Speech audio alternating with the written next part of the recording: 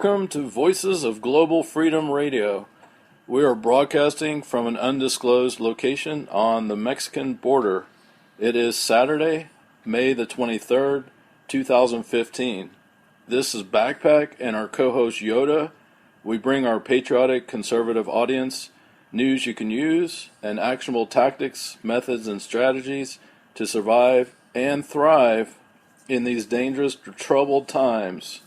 We're proud to be syndicated with the popular radio networks, the Spark Radio Network, K98 Talk, Leading Edge Radio Network, and we are among the top 5 news picks on Top Talk Radio, along with Sean Hannity, Rush Limbaugh, and other household names.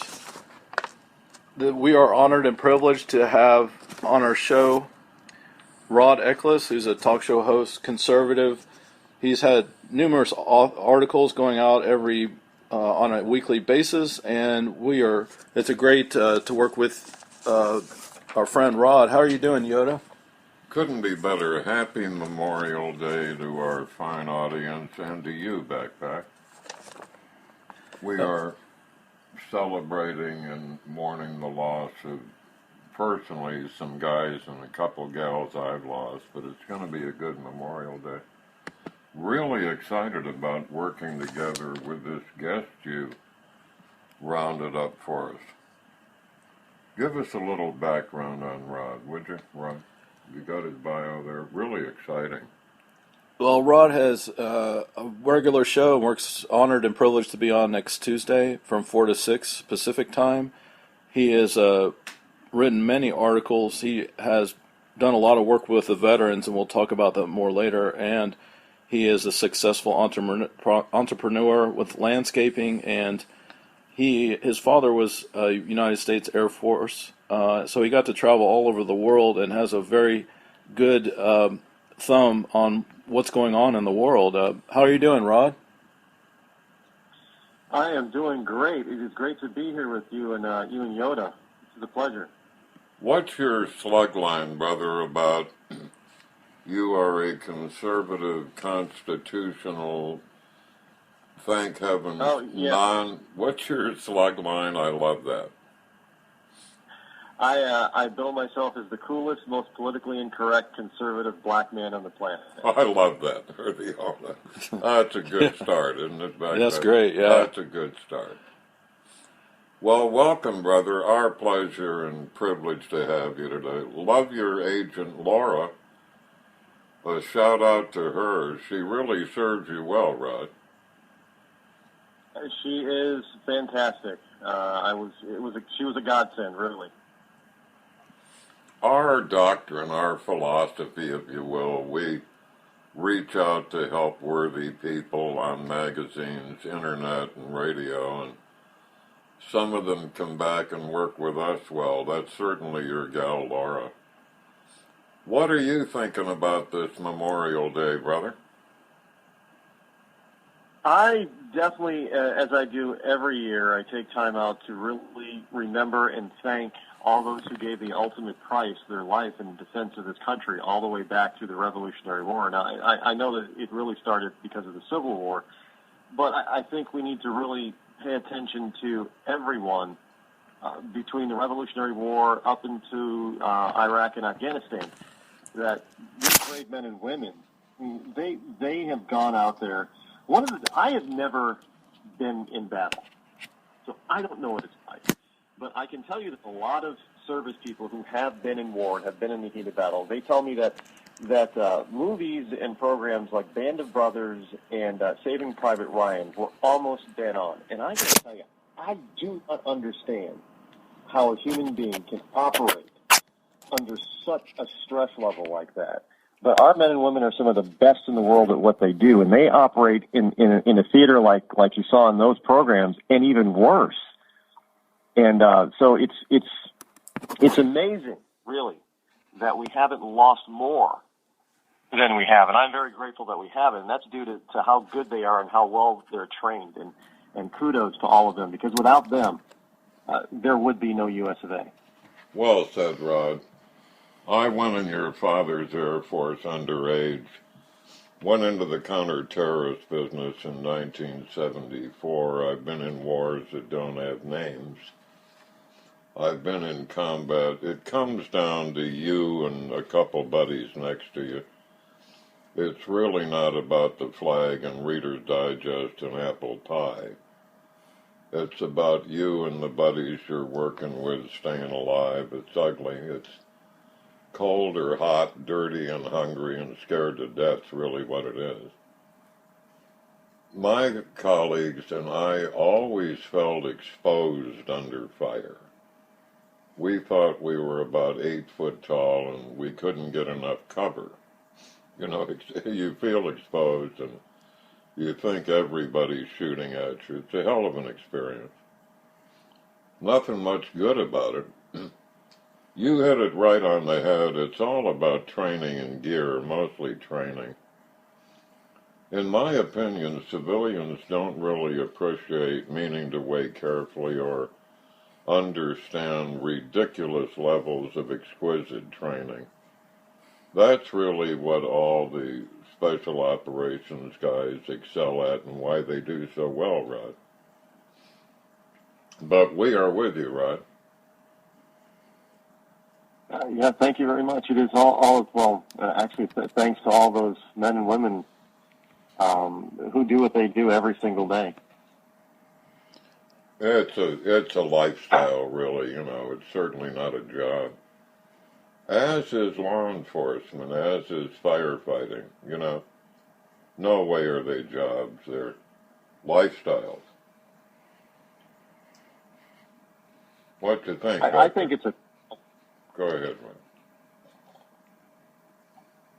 Yeah, I think it's a calling. It takes a special person to do that, even in law enforcement, in firefighting. It's a calling.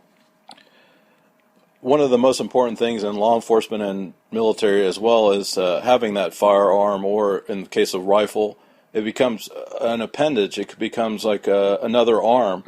And coming back from service, that just becomes a daily part of your routine. That's what's keeping you alive. And we talk a lot about on magnifiedview.com, Voices of Global Freedom, here with Rod Eccles about our right to bear arms in the Second Amendment. What are your thoughts, Rod, about this subject?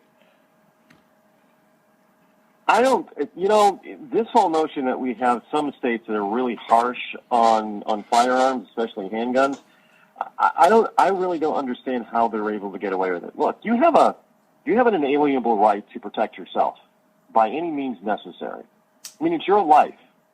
It's yours and your family's life. It's yours and your family's property. You have every God-given right to protect yourself. That means in this day and age that you should also be able to have and keep and hold a firearm. Now, if you don't like guns, that's fine. Don't buy one. But don't ever try to tell other people, including myself, that we shouldn't have one, and therefore we're going to try very hard to make laws so you can't have one. I don't know who these people think they really are. They're not making themselves safer. Look, where most crime happens, these major crimes, where are they happening? Gun-free zones. Well, in the gun-free zone, the only people who don't have guns are the criminals. So that's, I mean, it's idiotic to think that if you take the guns away from the law-abiding citizen, that everybody's going to be safer. That has never been the case. It does not bear out in statistics. Even their own stupid, twisted statistics show that if you have a gun, you're safer than if you don't have one. What's New Hampshire laws, Ron? New Hampshire is an open carry state. Right now, you have to get a permit to be a concealed carry, and basically, you just unless you have a felony record, you have to go to your local police department and the police chief or whoever at the police department. You fill out. I think it's $10. You fill it out, and they do a criminal background check. If you have no felony record, they really can't prevent you from giving you a concealed carry permit. However, there is some legislation that was just introduced recently, earlier this month, that if passed, and it looks like it will pass, but Maggie Hassan, who's our Democratic governor, said she would veto it, but it looks like it will end up passing. They will be eliminating, that need to go to the police station and pay a $10 fee.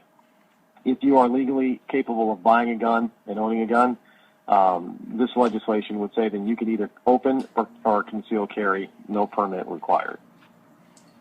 I think it's a good idea. Me too. California has an interesting law. It's open carry, but you can't have the pistol loaded. What kind of stupidity is that? So, really, with citations in criminal courts, you can open carry, but you can't have it loaded. Wow. Isn't that weird? Yeah. So you'd tell the bad guy, give me a few minutes here to find a clip or stick some rounds in a revolver. You know. A lot of people armed, do you think, in New Hampshire? Probably. There aren't a lot of people that actually open carry. Now, I know that they have done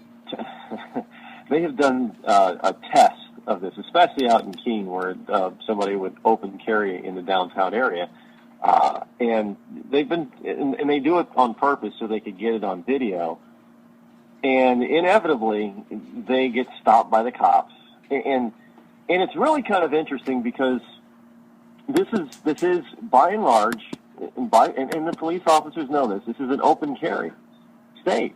You are fully, as long as you do not have a criminal record, which means with all the background checks that they do in order for you to legally buy a gun, you're not going to have a criminal record when you purchase one. So you're most likely not a criminal walking down the street. And some of the things that has happened here is that there have been some businesses that have advertised open carry welcome. I guess they were kind of realized, hey, another armed citizen in the store makes the store that much safer. Sure it does. We worked extensively with the California Highway Patrol, and their back-of-envelope estimate, it's not really a survey or study, but it's pretty smart people taking a hard look at it. On the freeways, they estimate at least 1 out of 5 cars have a firearm. So that's a lot of people that have armed themselves, don't you think? That's California. That'd be a ton of people. Yeah, it is. That was Sorry, Rod. That was our experience working with the Highway Patrol. You find a lot of guns in cars, some in the glove compartment, the center thing. The odd one you find in a trunk. A lot of pistols, the occasional shotgun or rifle. Well, old Obama is determined to disarm us. There's no doubt about it. He's been really subtle in a lot of the stuff he's done, closing lead factories, putting tariffs on imports. As you would know, a lot of ammunition is imported, and that's harder every day now. Look at DHS buying billions of rounds now. Billions. What do you think they're up to, Rod? I am not a conspiracy theorist, but the excuse or the reasoning that they have given behind this does not hold water. They claim it's for training. Well, because of the number of people who actually have firearms in the DHS, I mean, you're talking over 1 million rounds per employee for practice. Wow. That's either they're that bad and they really need to find something else to do, or the ulterior motive. And I think the ulterior motive is to create an ammunition shortage, so people don't have it. The problem with that is that the American people are very ingenuitive and they're very resourceful. And the one thing that they didn't count on is by having certain caliber, because they were buying so much of a certain caliber of ammunition, the bullet, that by buying so much of it and taking it off the open market, is that more and more people have learned how to load their own bullets. So I think it was kind of a little bit of a backfire on the government. Pun intended. Yeah, good pun. Of course, ammunition is dated. You know, it is supposed to run out of its oomph. Actually, it doesn't, but that's a topic for another thing anyway. Neapolitano was that her name's feeble excuse, was she got a bargain on these millions of rounds, which of course date. So they run out of their oomph. It made no sense at all. Have you priced ammunition in New Hampshire lately? It is still fairly reasonable. I haven't heard of there are actually a number of gun shops close to me, and I haven't heard any of the. In fact, I have cigars with. I smoke cigars at a local cigar shop that a couple of the owners of those gun stores actually frequent, and they haven't seemed to have complained about any shortage for most types of rounds. Of course, they were saying that basically what they did is that there was 9mm shortage in New Hampshire for a while. So they basically told all their customers, well, why don't you just change your caliber to a weapon where there isn't a shortage? People started going to, the 45s and things like that, so no more shortage. There's a definite shortage here, and the price is outstanding. A friend of mine has a common caliber rifle, hunting rifle. It's $2 a round now.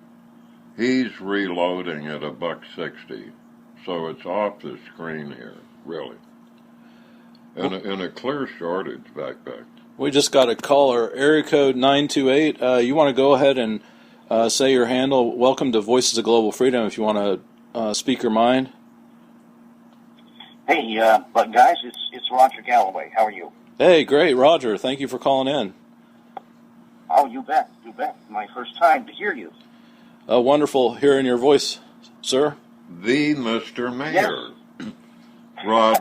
Roger Galloway is one of us. He's a showman. He recently starred in a play in Lake Havasu, Arizona. Meanwhile, he has a popular conservative radio show, as you do. Have you been listening to the show, Roger? No, to be honest with you, I'm just trying to find it just now to actually tune in to you. I got to your website, but then I couldn't find it, and I downloaded something to listen to it, and I still haven't quite found it yet. So I decided to call you first. Delighted you did. We have the Rod Eccles on. Rod, tell him your slug line, if you will, your colleague, Roger Galloway. Tell him your slug line. Very, very nice to meet you, Mr. Galloway. I'm known as the coolest, most politically incorrect conservative black man on the planet. Hey, there you go. That's a great one to have. A great thing to put right next to your name, by the way. We've rounded up another guest for you, Roger. That would be Rod, of course. He'd be a great guest to have on. He is, really. It's our first time with him. We've hooked up with his tremendous agent. Her name's Laura. And she's really getting us a lot of exposure around the world. Rod's quite a guy, really. What have you been up to, Roger? Well, I'm really interested in the campaign over here in the state of Arizona. John McCain is going to get some, probably, she hasn't made the announcement yet, I'm hoping she will, is State Senator Kelly Ward, very conservative, young Republican, by the way, she's in her 40s, a very attractive candidate, very smart, a doctor, and she wants to challenge John McCain when nobody else will. Nobody else is willing to do it. And she is, and she's got an exploratory committee out there right now. She's expected to make an announcement one way or the other within the next couple of weeks, 2 or 3 weeks. And I hope she goes. I hope she goes forward. We want to give you full support with that. With the millions viewer Magnified View magazine and our program you're on, we've got a lot of Arizona contacts, including the good Sheriff Arapaio, so we'll go all in with you, Roger. Well, that's great. I appreciate that very much, and we'll just have to wait to find out for certain if she's going to do it. but I think, that's needed, kind of. John McCain has been there. He's done on this weekend, more importantly than ever. Remember the incredible service he's given to the country. No question about that. But at the same time, he has been in there forever. Yeah. It's like Robert Byrd from my home state of West Virginia. I think he almost died at the desk. I mean, Wow. he was in there when I was in high school. He just stayed in Congress forever, and I just don't think that's what it should be about on either party. Rod, he's making fun of me. He knows I'm approaching 78. Rod. Hey, listen, I'm up there myself, so don't worry about that. I'm not that far from you or John. You guys are whippersnappers, all of you. You are. Yeah, Roger, I have to give you a quick backpack-a-dote. It's like an antidote, but I did happen to be at the Capitol Rotunda in the chambers of the Senate, and before our William Byrd passed away, I saw him down on the floor, and he was actually sleeping. So I just had to throw that in there. True story. Yeah, it is true. And by the way, unfortunately, that happened more than once. They're just, I don't know. There should be, I don't think term limits is ever going to take place in the Senate. I think they care about that too much to give that great perk up. A lifetime job in many cases. It's almost like the Supreme Court. We hear you. What are your thoughts, Rod? He's got a point there. There are a number of, a couple weeks ago, there was an article, I can't remember off the top of my head where I saw it, but there was an article, and it was listing some of the senior members of Congress, and there were about 15 of them that had been there for more than 30 years, both in the House and the Senate. That is insanity. No wonder we're in trouble that we're in. Keep electing the same idiots over and over again. I always used to say that I was not for term limits. And then this past election, something sort of flipped the switch in me. I said, yeah, maybe we should think about term limits. But then again, speaking to people about it, and I'm kind of back in the area where I used to be, thinking, well, we already have term limits set in. If people would just take the time to understand who they're voting for and vote for somebody different. That's the type of term limit. If they would, right? If they would, yeah. And this whole notion that these people that they get in there, and I fully understand people that want term, because if you put them in there for no more than 2 terms, they don't really have the opportunity to lay the groundwork to have all that type of insider stuff that they do now. But then we're talking Washington D.C. here, and these people will always be able to lay that kind of groundwork because they do it almost for those who want that type of thing.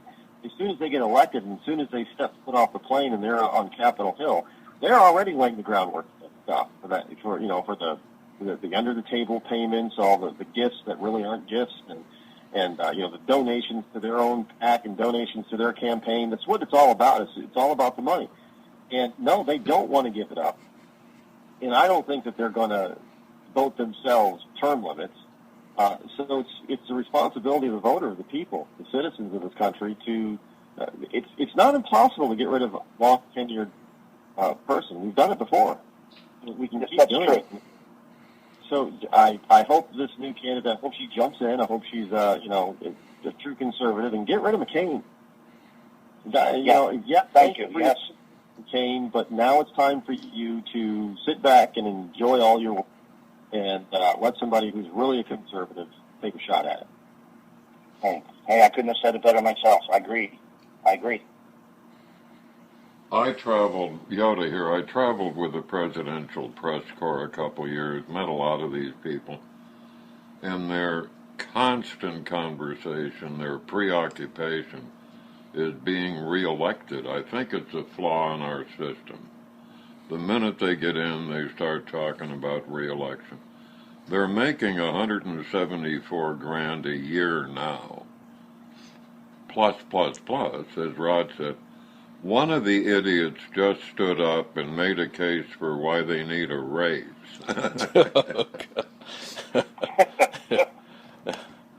Wow. Well, it's an honor and privilege to have Roger Galloway, host of KNTR Talk out of Lake Havasu, and we have Rod Eccles out of New Hampshire here live on Voices of Global Freedom. Roger, so what are some of the ways our listeners can find you? Well, we stream live over the internet, and I'm on 5 days a week. You just go to kntrtalk.com, and you can hear us when we're on live, and that's between 11 and 1 in the afternoon, Arizona, California, Nevada time. Or you can go to the website and look for Speak Out, which is the name of the show, and you can just go to our archives and you'll find some of the people that we've interviewed. And we've interviewed many, many, many conservatives, of course, over the past several years that I have done the show myself. Love it that you called in, brother, but this does not get you out of an exclusive guest appearance on our show. You're aware of that? That's a deal. But also, I left you a couple of emails, and I love it when you come in the middle of a conversation, say, Yoda here, as if we don't recognize that voice of yours, which is so distinctive. Please. I wish I had that voice. Thanks for the compliment. I want you to be on. That's true. I'd love for you to be on my show on Wednesday of this coming week. You choose the hour if that's at all possible. The two of you, if you can make it. I thought you'd never ask. We're broadcasting. We're broadcasting from an undisclosed location on the Mexican-California border today. We're working a hostage extortion case, and the flashy-eyed, raven-haired gals are looking at backpack, of course. We'll be delighted to be on with you, Roger. Our privilege. I look forward to it. It's always great being on your show. I'm so glad I also had a very nice to talk to Rod just now as well, so it'd be great to have him on at some point. Yeah, he's a prize. We're pleased to get a hold of him, really. And we're not going to let him go either. There you go. That's great. That's great. Well, it's an honor and privilege to be working with all of you. We got 4 hosts on the show, so the hostess with the mostest. There you go. So, Rod, we were talking about Second Amendment and the elections. You've taken a particular in the 2016 elections. What are some of your thoughts about what's going on with the Hillary Clinton scandals and that sort of thing? You know, I've been hammering away at Hillary. I just do not believe that this woman deserves to get the Democratic nomination. I'm not a Democrat, but look, they can do better than this.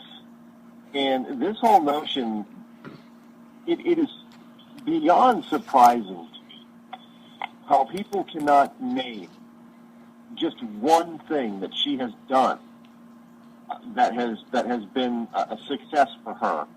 That has bettered the country, the people of her district of New York, where she was a senator, or one thing that she successfully accomplished as a Secretary of State. They can't name a single thing, not even a small thing. But they want to say that she's qualified. Well, how is she qualified if she hasn't done anything?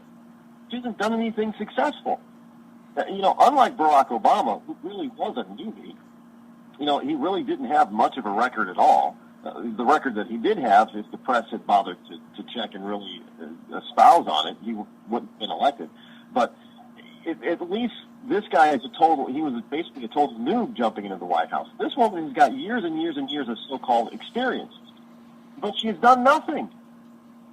But other than create new scandal after new scandal after new scandal, lie after lie after lie, obfuscate, and we're supposed to believe that she's the smartest, most capable female on the Democrat side to run president of the United States. I have no clue what these people think. From my military mind, my favorite of their last one was the uranium deal. I'm sure you're aware of that, Ron. Yes. Isn't that fun? So now we're, in effect, via Russia giving uranium to the Iranians. A friend of ours, an insider, said we just ought to send them nuclear weapons and save all the damn postage and nonsense. It would be cheaper for everybody around, including us. But this is what you get when you have people who actively seek power and money over doing what's best for their own people. And that's look. The Clintons have never run a business. They don't own a business. They don't have a business. They don't invest in business, really. They don't have jobs. But somehow they were able to make over $30 million last year.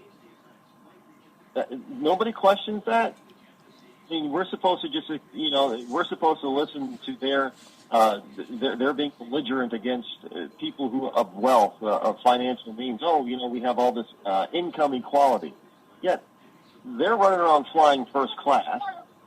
They're making $30 million a year without having a job, a business. All they're doing is speaking, and they have this family foundation that they put their daughter in charge of and pay her over $600,000 a year. This is supposed to be a charitable foundation. How do you justify starting a foundation or a charity and paying your own child $600,000 a year to run it? And then you get all these donations from foreign governments, not foreign people, foreign government agents, and sometimes directly from the leadership, like the King of Saudi Arabia. I mean, that's fine. There's no need to play. While she's the Secretary of State, this is going on, folks. And we're just supposed to think, nothing to see here. Let's move along. It's like the Oz. Pay no attention to the man behind the curtain. Really. Fox ran yesterday that 10% of that foundation goes to anything other than salaries and admin expense. So there we go again with charities. So 90 cents on the dollar goes to flying around on private jets, 4-star hotels, and $100 dinners. I got to tell you, I think we missed the boat. We need to start a charity foundation. That seems to be how you do it today. We'll join you. We'll go with you. It's the Rod Backpack, magnifiedview.com Foundation. Roger Galloway. Hey, I played the man behind the curtain in The Wizard of Oz. I played the wizard, so thanks for paying attention. Yeah, that was great. That was a great show. It was a packed audience at every show. So, Roger Galloway, what are your thoughts about the whole Clinton scandal? Listen, I think truthfully, it's just the beginning. I really believe that it is just the beginning. They're going to go after her with there's so much dirt on her to begin with that's out there. And I wouldn't discount O'Malley, the former governor of Maryland, from making a show against her much stronger than he's seen as right now. Well, we've heard a lot about Maryland in the news lately. We did publish, yeah, certainly. We published Rod Eccles live and Roger Galloway on Voices of Global Freedom. Rod has a Baltimore Rising article that we just published on the magnifiedview.com just right before we went on live. We do a little ritual that we do, which is to send it off into the ethosphere. But, Rod, what are your takeaways from the Baltimore Rising article? It's a continuing. It's like a one of those Spanish Latino soap operas. Have you ever stopped to watch one for 10 minutes? I can't understand it, but I've watched it for 10 minutes. It's like it is melodramatic at its best. It is you don't have to be able to actually understand what they're saying in order to know what's going on because it's so over the top melodramatic. That is what's going on in Baltimore. And now we're learning that there are people that were bussed in to Baltimore, and they were supposed to be paid to be a part of this uprising. So this isn't just a natural occurring type of thing. This was instigated by people on the left. And they're using it as a tool to get what they want, because they can't get what they want in the public arena of just basic ideas and trying to espouse their own beliefs. The American public rejects it every time. We need to spend more money on education in Baltimore, we're told now. Well, Baltimore is, if I'm not mistaken, is in the top 10 of one of the most expensive public school systems in the country. In other words, they spend over $10,000 per year per student in public schools, and we're supposed to give them even more money?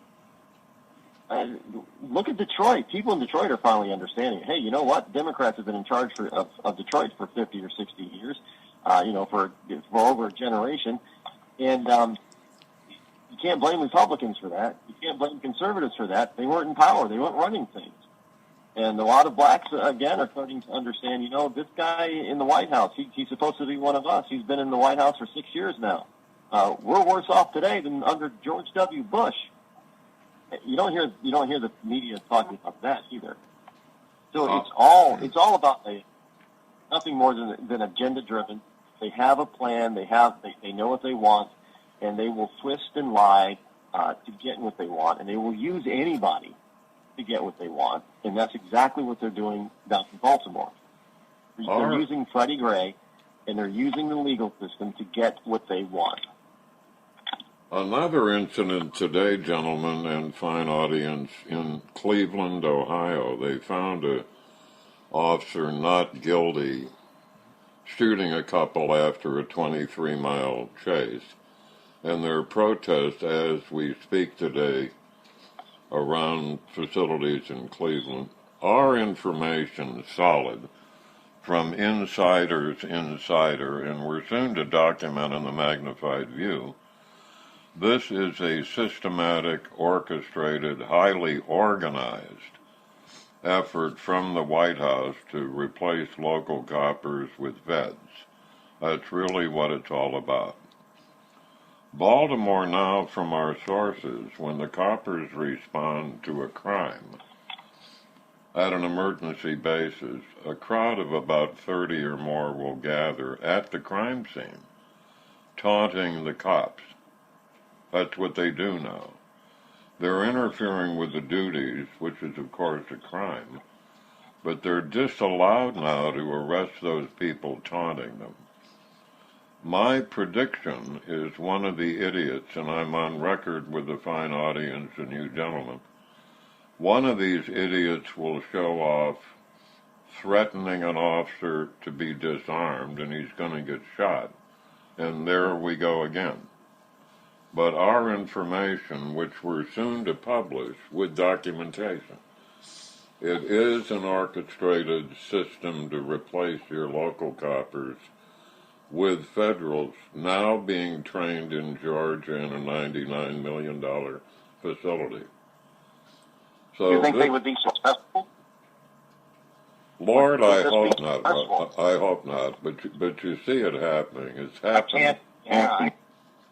It's happened everywhere that the despotic tyrant has taken over. I mean, everywhere. The local But copper. do you know what the federal? Oh, sorry. Go ahead. Sorry, Rod. The local copper teaches your kid soccer. He lives 2 doors down, or she does. They're certainly not going to be despotic in treating riots, or they're not going to unlawfully incarcerate people. So it's happened all over, like gun confiscation. They run hand in hand. Castro, Stalin, Hitler, Mao, that it's part of a plan to go communistic, and it's worked since 1917. So, we're putting painstaking, our tyrannical editor-in-chief of the Magnified View, Janorama, is painstaking in putting our article together documenting this. Rod, what do you think? Is it going to work? Is he going to take over the local coppers? We have to go back to his first campaign, 2008, 2009. And Obama said that we needed a civilian force just as well trained, just as well armed as our military. And people thought, well, that's because he's going to militarize the police. No, that was not his goal. He wanted a separate federal force, a civilian federal force. And in order to have this civilian federal force, you've got to start taking away the power from your local police departments. We've got a number of different sheriffs, most of them out west of the Mississippi, that are saying, federal agents are no longer allowed in my county without my permission. And sheriffs all over the country have that right.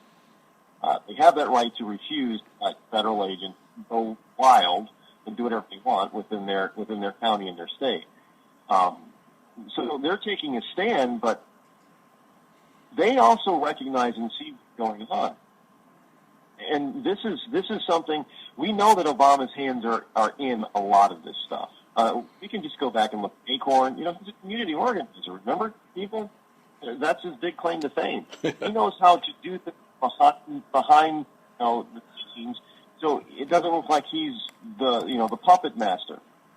But this is all coming from him. This is what he wants. This is what he's trying to do. And you don't get there by overtly saying that you want to do something, because the American people would never go for it. But if you make it look like, Rahm Emanuel never let a good, emergency go to waste.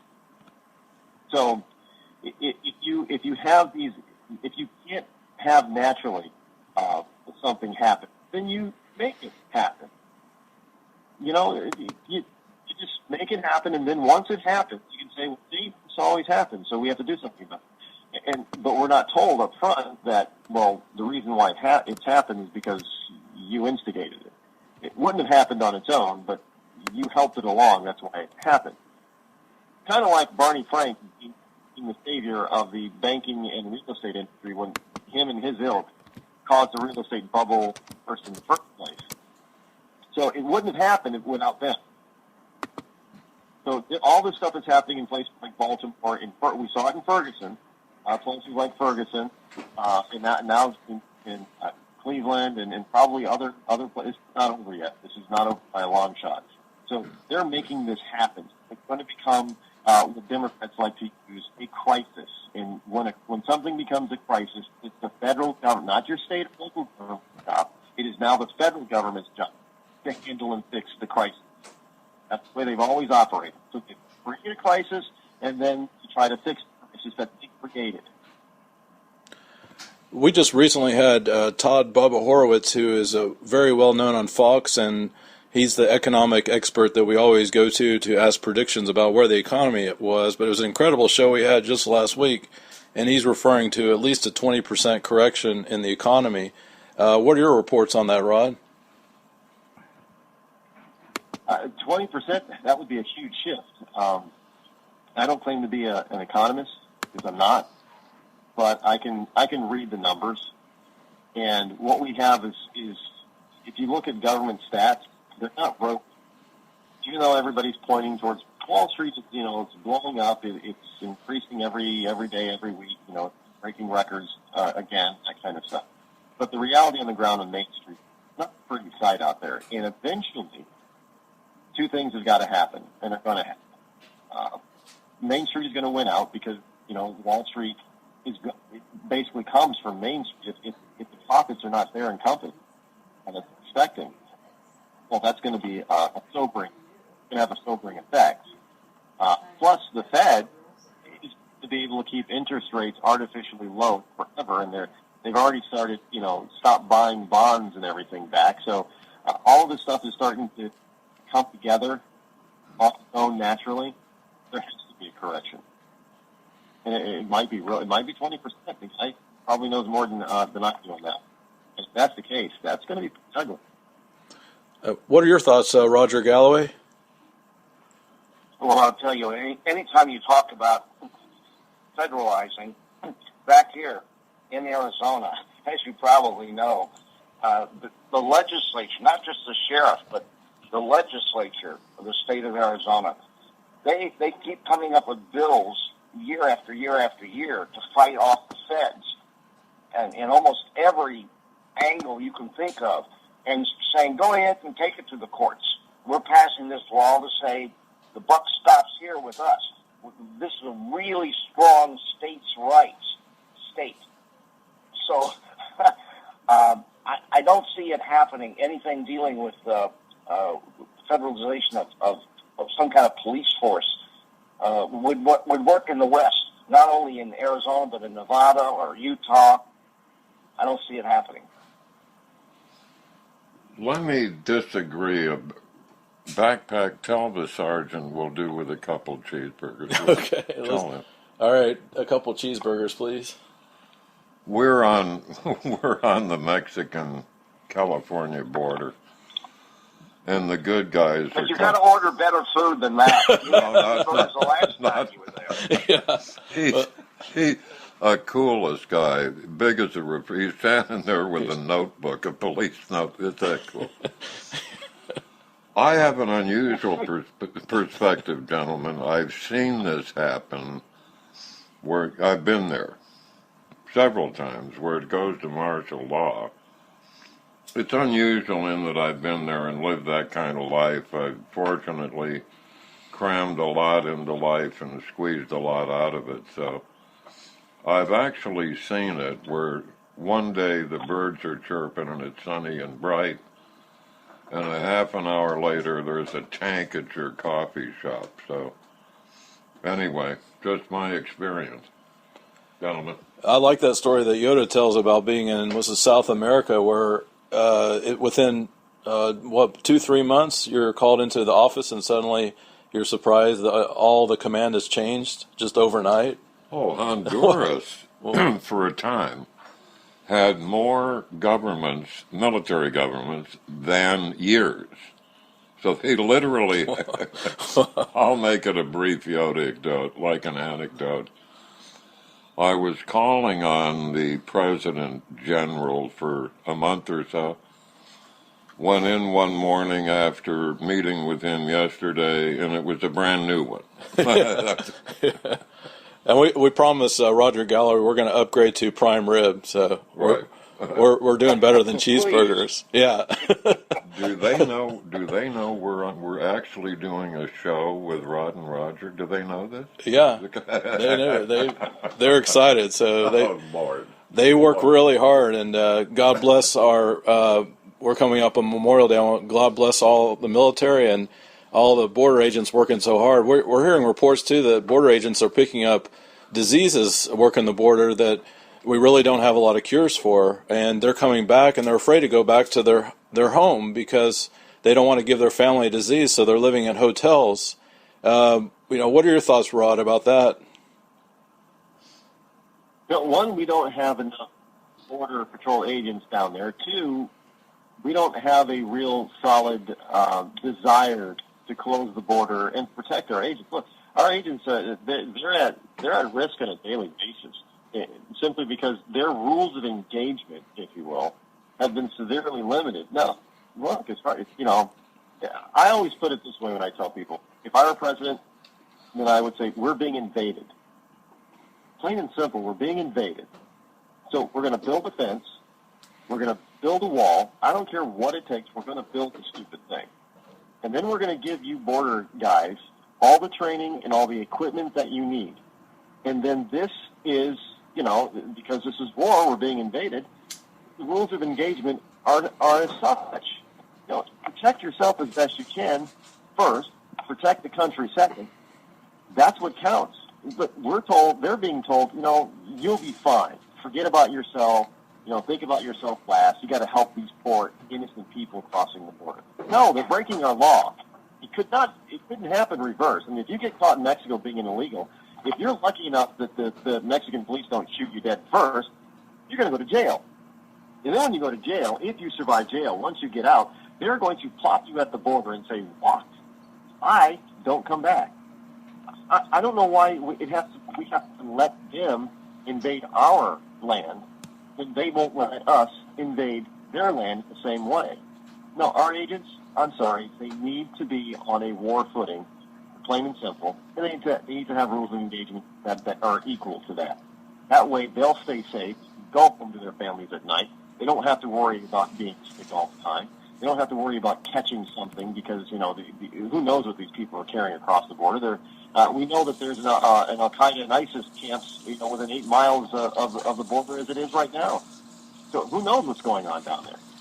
We know a little bit. We were in Roger Galloway's state a couple weeks ago, and we saw an ISIS flag in literature that was picked up on Arizona side of the Mexican border, Roger.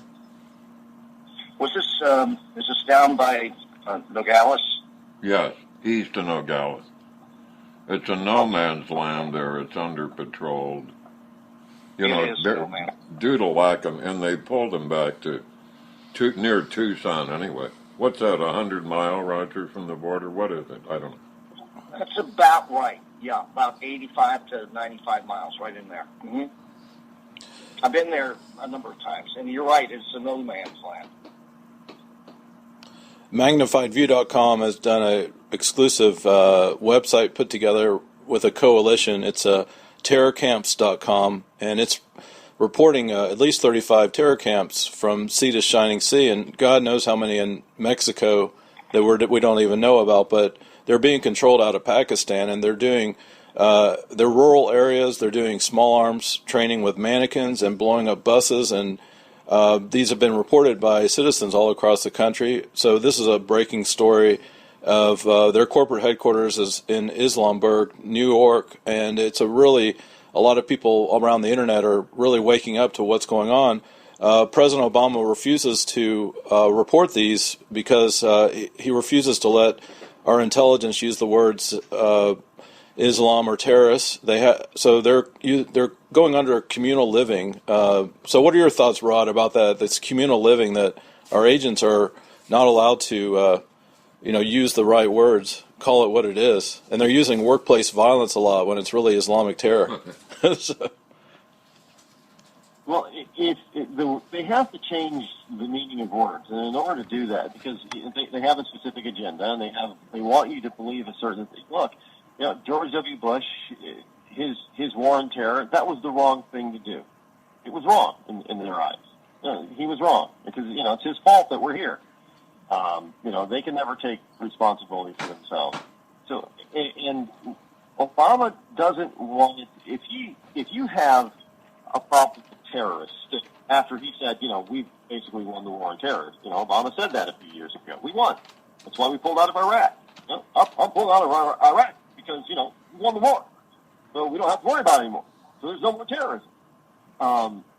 So if they acknowledge that there are these terrorist acts in this country, then it proves that he was wrong and or he lied.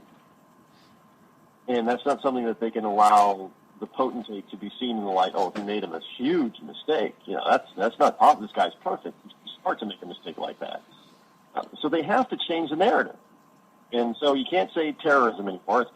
It's a man-caused disaster or something like that. I don't know. I guess the terrorist attack in Texas a few weeks ago at that cartoon contest wasn't exactly a terrorist attack. It was a man-caused disaster. Yeah, we'll hear you. We're gonna take a real short break. We'll be back with Roger Galloway, voice of the free, and Rod Eccles of the Rod Eccles Show.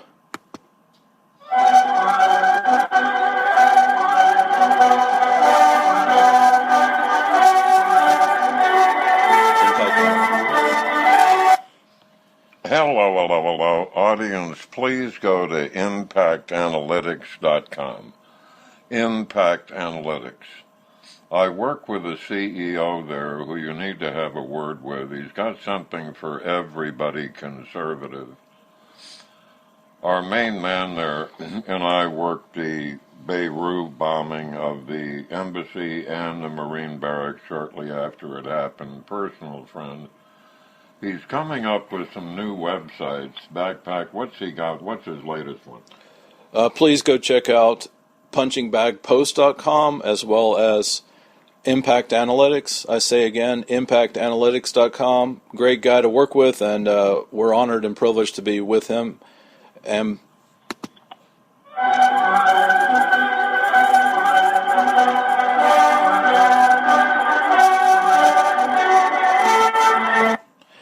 Voices of Global Freedom Radio, magnifiedview.com. We're back with the host, with the mostest. We got Roger Galloway out of Arizona, and we have the Rod Eccles Show out of New Hampshire. It's great to have you all back. We're going to take another caller, has been waiting patiently on the line. We want to welcome our caller, area code 602, if you want to go ahead and speak your mind and say your name.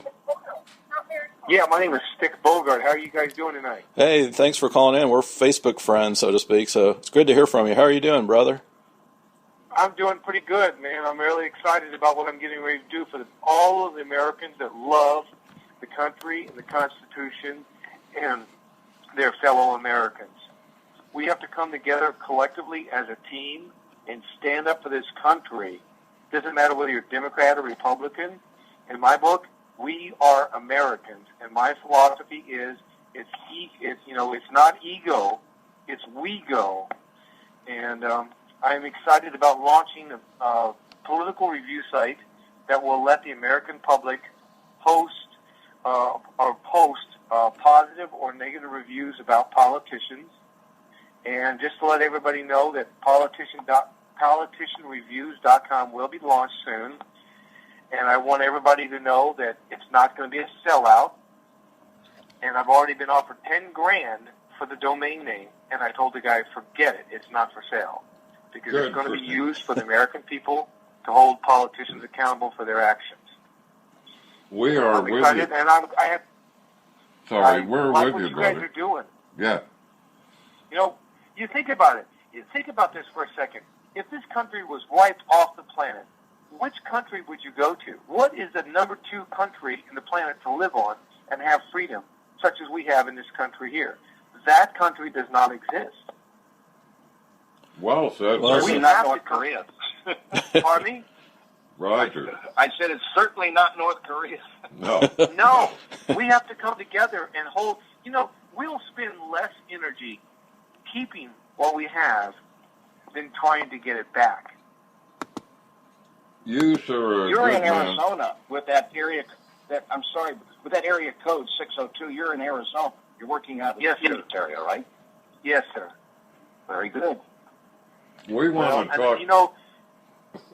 We want to talk to you off air, brother. We'll give you a buzz. Thanks for you got my number. Call me anytime. Yeah, you're one of us, and we need all we got, and we're eager to talk with you off air. Thanks for the call in, brother. Yeah, thank you. Okay, you guys have a good night. You too. Happy Memorial Day. Yeah. Same to you, my brothers. Our boards are lighting up. We got another caller out of, looks like New York, area code 646. Do you want to speak your mind and say your name? Hey guys, this is Bethany Blankley calling in. Oh, hey Bethany, it's great to hear from you. How are you doing? Good to hear you. Good. I got your email, so I'm happy to chime in. What are you all talking about this afternoon? Well, we've been talking about a lot of different areas that are impacting our country. We're just talking about the terror camps that are rising up all around the United States, and we wanted to see how you're doing, and we loved having you on Voices of Global Freedom before, and it's great to hear from you. What have you been up to, Thanks Bethany? so much. What have you been up to, girl?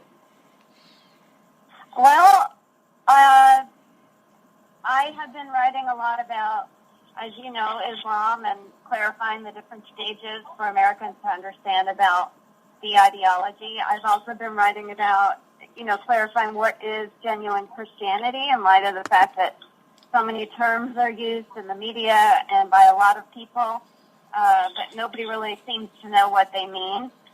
So just finishing something up now on what is a conservative.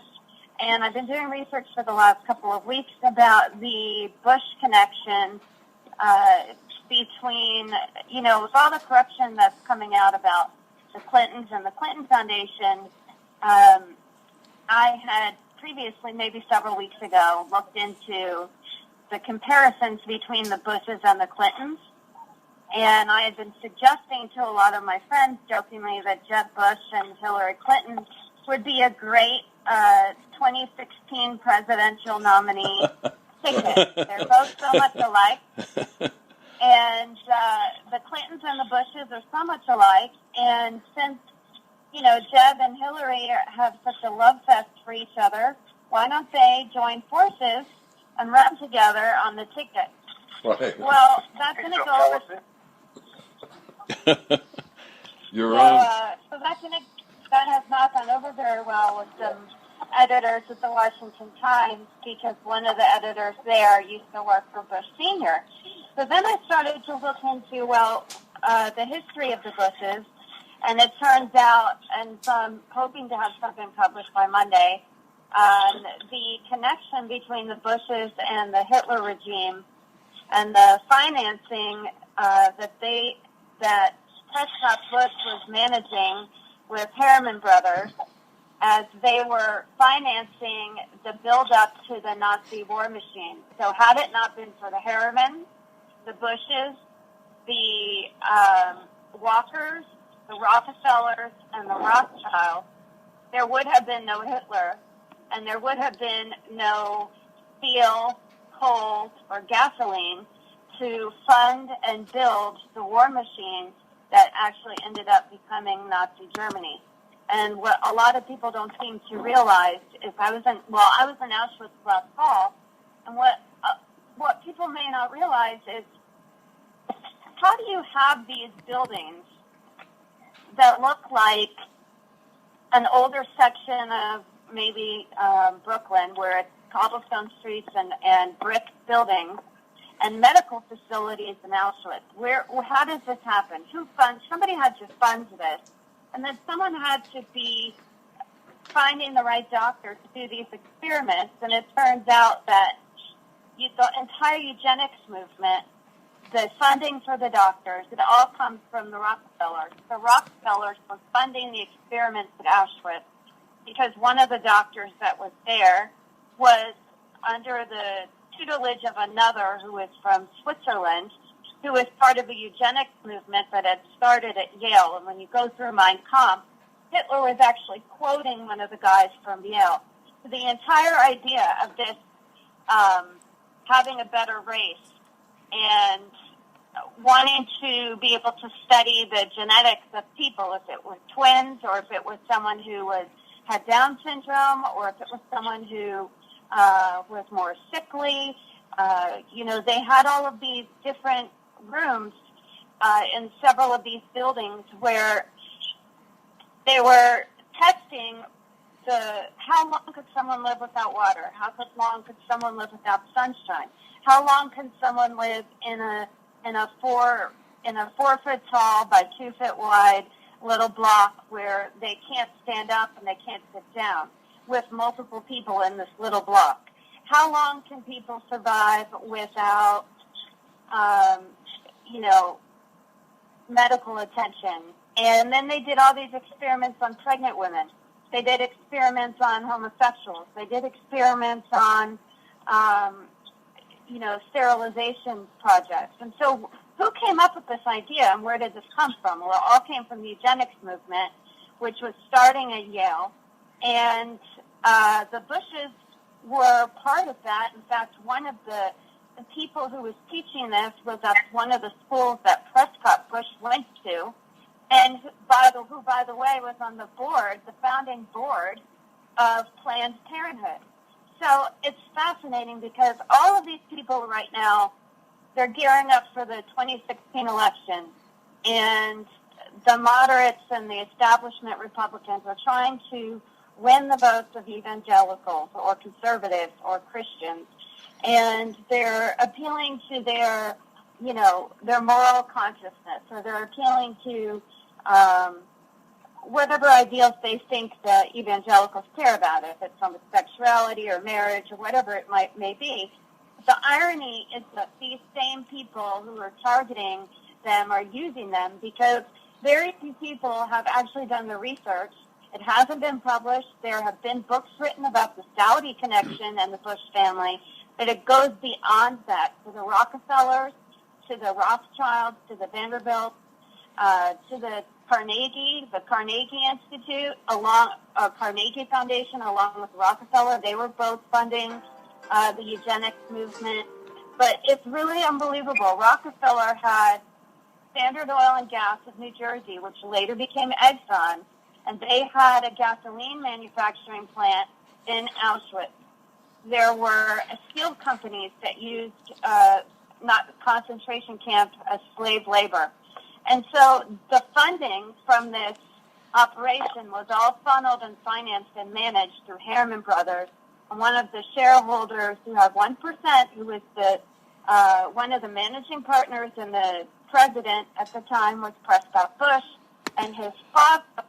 Well, we have Bethany Blankley calling in and getting an update with her. She has written for numerous columns, including Town Hall and many other articles. What are your thoughts, Rod Eccles, about what's going on with Bethany?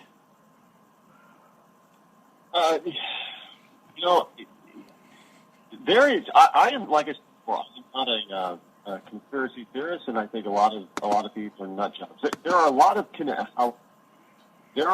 connections, and some of them that she's dead right on.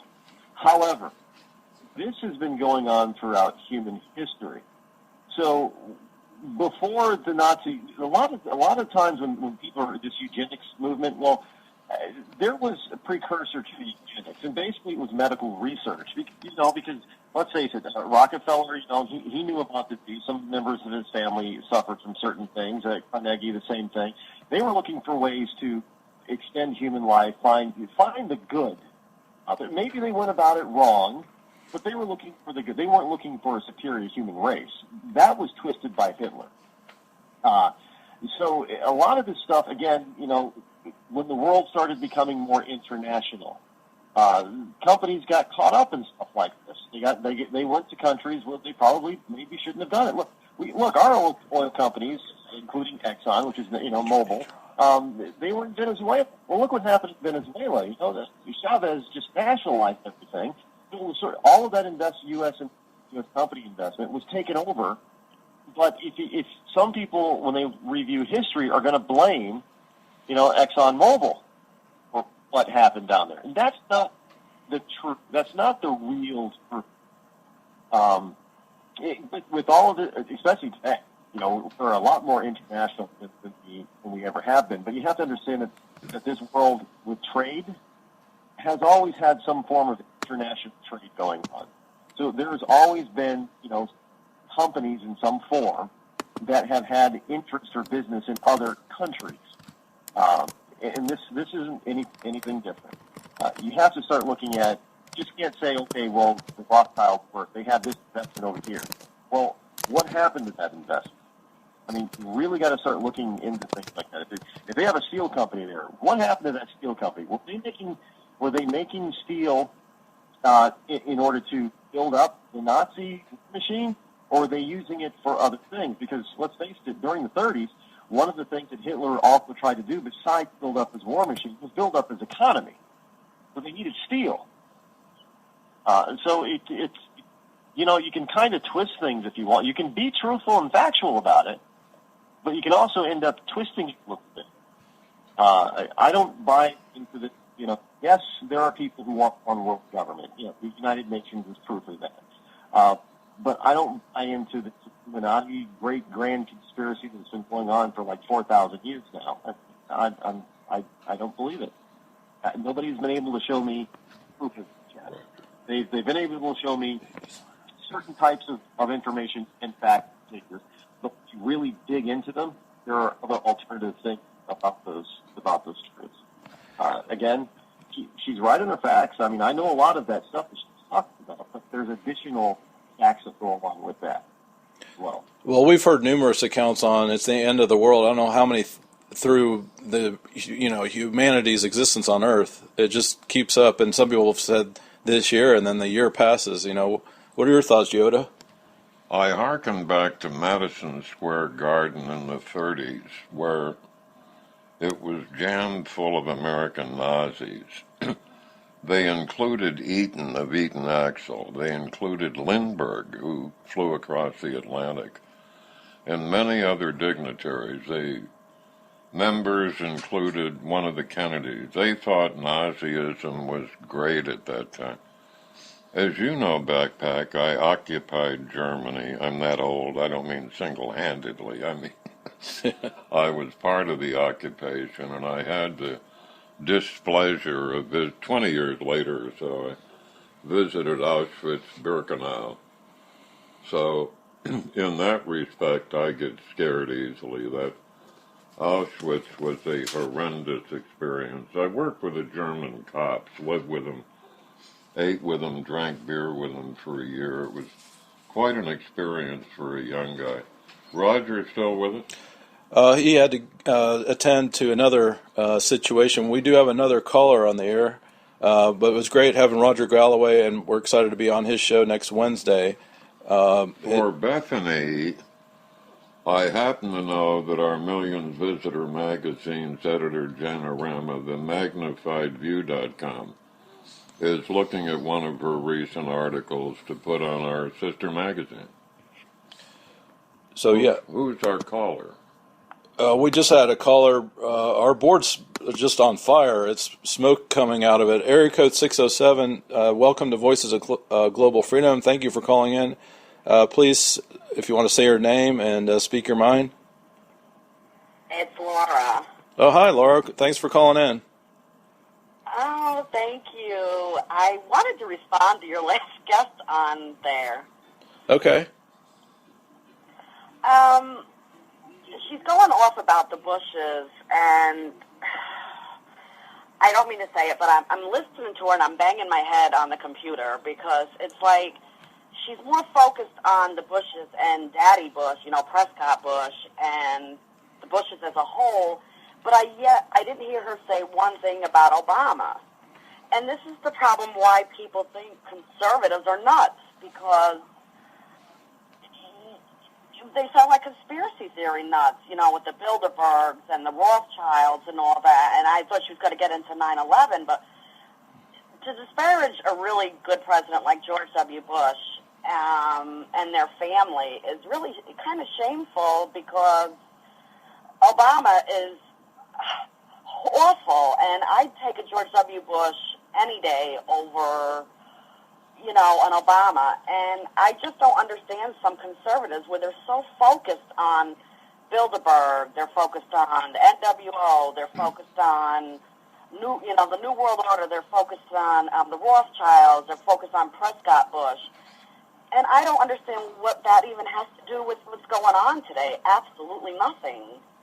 And I guess I just don't understand it. Maybe I'm just not of the libertarian mindset, where I don't understand where they get these conspiracy theories from. She's talking about Auschwitz and all that, and Bethany, genetics and all that. Yeah, Bethany is a widely published, accepted journalist. I am with you. What happens with the real conspiracy folk, which she isn't anyway, is they feel powerless today. They probably have 3 underpaid jobs where they had 1. They feel empowered to know more than you do. So they come up with all the... That's how it rolls, Laura. So Nessie is shacking up with Bigfoot on a crop circle in the White House lawn.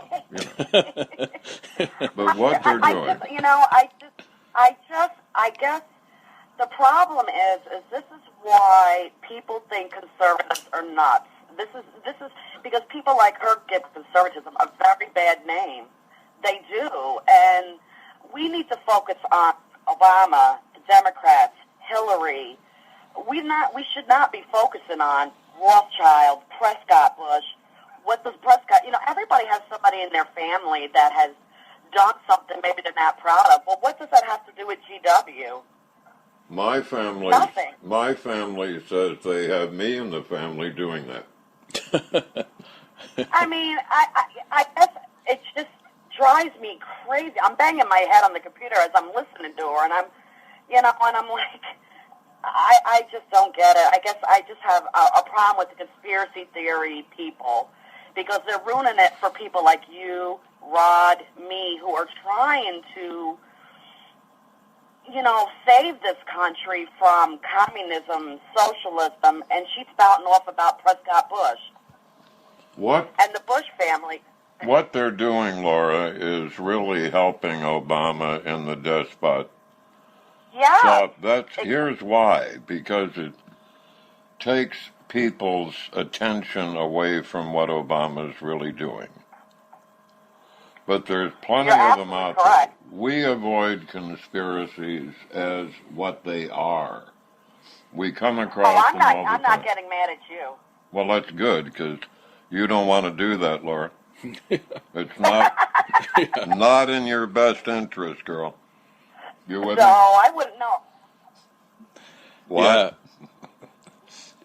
So, Rod, what are your thoughts about all this on the Rod Eccles show?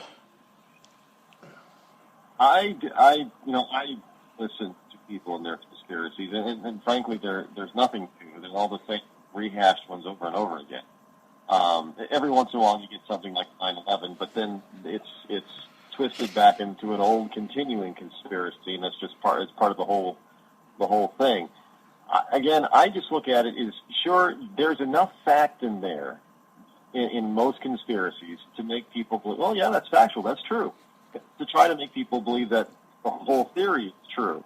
But they fail to tell you some of the other backstory that goes along with the facts that they're using and how they're twisting them to make it fit their own story. Laura is right. The whole point is that when these type of people get fixated on one thing, but again, she is absolutely correct in this. When conspiracy theorists come out of the woodwork, and the ones that I have spoken with, again, they are constantly on people like the Bushes, and they're on other conservative Republicans, and they go way back into the families, histories, and things like that. But I've never really heard any of them denigrate, jump on people like Clintons or the Obamas. Where are the conspiracies with them? We know some of the dastardly things that the Clintons have done, but where are the conspiracy theorists on them? I don't get it. They're out either, if you're, I don't know, some people tell me that, libertarians are nothing more than graduated and intelligent liberals. I'm not sure I'd buy that, but sometimes you wonder if they're working in cahoots, because they do not seem to attack anybody on the left. It's always some rich person, especially a rich historical person like Carnegie or Rothschild or Rockefeller or somebody, or it's a Republican candidate or a Republican, former Republican leader, and they're going into the. But I never hear them go into detail about, Franklin Delano Roosevelt. What was he involved in? Hey, his wife, she was a big part of the mob UN, but nobody's talking about that. Woodrow Wilson. What was Woodrow Wilson all about? The League of Nations, the precursor to the United Nations. Why do we not have all of these conspiracy theories leading back to people on the left? It does seem to always be people on the right, so it makes me think that there is an ulterior motive there. Absolutely astute, Rod and Laura. Well done. Have you guys heard... Go ahead, Laura. Well, the thing I find with them as well is they'll be the first ones out there, and these are more like your libertarian people. And Rod is absolutely correct when he says you never hear them say anything about the left. I mean, I've argued with them on my Facebook page hundreds and hundreds of times, and I try to get them to say stuff about Obama, and they never will. Yeah. It's always George W. Bush, George W. Bush, George W. Bush. Really, he's not president anymore, so why are you still on George W. Bush? You're still on Prescott Bush. You're still on, Jeb Bush, no, he's not my choice. But if I had a choice between him and Hillary, I'll choose a Jeb Bush, and I'll say it on the air. I'll choose a Jeb Bush over a Hillary Clinton any day. Well, he's of not course my choice. Speaking of which, have you wonderful people heard of Helm? Operation Jade Helm. Have you heard about that? Yes. Jade Helm 15. It has a lot of people worried and scared. Again, there's just enough of the facts and truth out there to make it sound legitimate. Their fears behind it, and look, I understand it. This is something that is does not normally happen out in the open with our military. They don't really hold military exercises out in the public domain. You know, if it's on American soil, it's usually on American military base that they're holding exercises, and they don't usually include, you know, local law enforcement, which I understand that in some communities, local law enforcement will be participating with the military. However, when you look at what is actually going on, and this is why I think Obama knows more than he's telling, and the mainstream media is telling. Now, we know for a fact that there is at least two terrorist camps within an 8-mile jaunt from the U.S. border in Mexico, and we know for sure that one of those two is ISIS. So what this type of military strategy is and exercise is all about is dealing with that very fact, because our government has failed to close the border. So it is highly likely that if there are more than, and I'm sure that there are more than these two bases over there in Mexico, because let's face it, the Mexican government and the Mexican military is not strong enough to protect their own borders like that and keep these people out.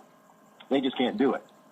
So they're free to set up, and they're free to move around and do all this. And, you know, some of them might even be, you know, of Latino origin, because we know that there are homegrown people here, you know, white, black, Latino, that are joining. They're being Muslimized, as I call them, and they're looking for ways to hop a jet over to the Middle East to fight on the side of a jihad. So we know that happens. So the whole point of them doing an exercise in the area of the country that they're doing it in tells me that there's a lot more going on in Mexico than they're telling us, and that this is a training exercise to help win back territory should there be an invasion. And when I say invasion, I don't mean like, you know, most people are used to the movies and World War II type of invasion. That's not the kind of invasion we're going to have at this time. That's not. So this is why this exercise is a lot different from previous exercises, because it's not dealing with an all-out tank blitzkrieg, if you will, but a different type of invasion. And our military and our police force need to know and understand how to correctly deal with that. So, fine, keep an eye on them all you want to. That's fine with me. I don't have a problem with that. But understand the backstory again of what's actually going on and where they're holding these exercises and why they're holding these exercises. And when you see why they're holding them, where they're holding them, then you might not be so scared about the whole thing. Excellent observation, Rod. I have never seen the flap. We call this kind of stuff the flap, as exists over this exercise. We had a call the other day of he really had the word, that this constitutes a proper amphibious invasion by the Chinese. God's truth. Then, Laura, we called the PIO, the Public Information Officer at Fort Bragg. We have some friends at Bragg. They are that overwhelmed as they wouldn't have a minute to talk to O'Reilly, Megan, or Hannity. They're just overwhelmed with nonsense. A quick anecdote. That's like an anecdote, only it's me. We did an excellent exercise here in a facility that has an authentic Iraq village, a 727, a ship, and like that. So we took a suburban department, we trained in SWAT, a shoot house, a totally detailed 12,000 square feet. We trained hostage negotiators and canines. We're really proud of this exercise. It tuned us up. And 2 days later in the damn tabloid, which they call a newspaper, it said we were doing this in order to shoot Hispanics here. That's Rod said. True story. Well, we are honored and privileged to have both Rod Eccles and Laura Stites, his public relations agent.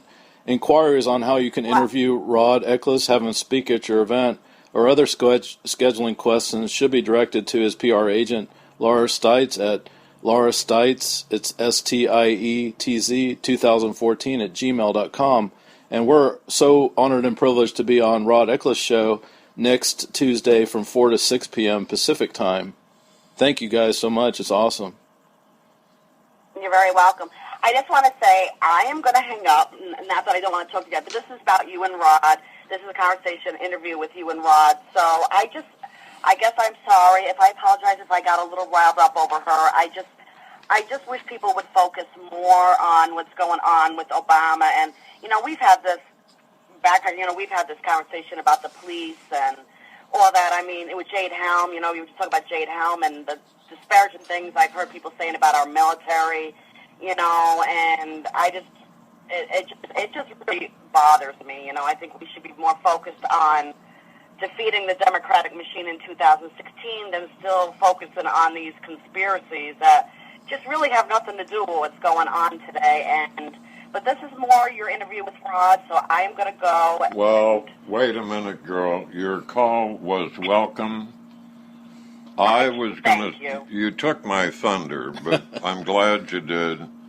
It is such Why did I take your thunder? Because I was going to say what you said. I probably wouldn't have said it as well, but you are always welcome to call this show.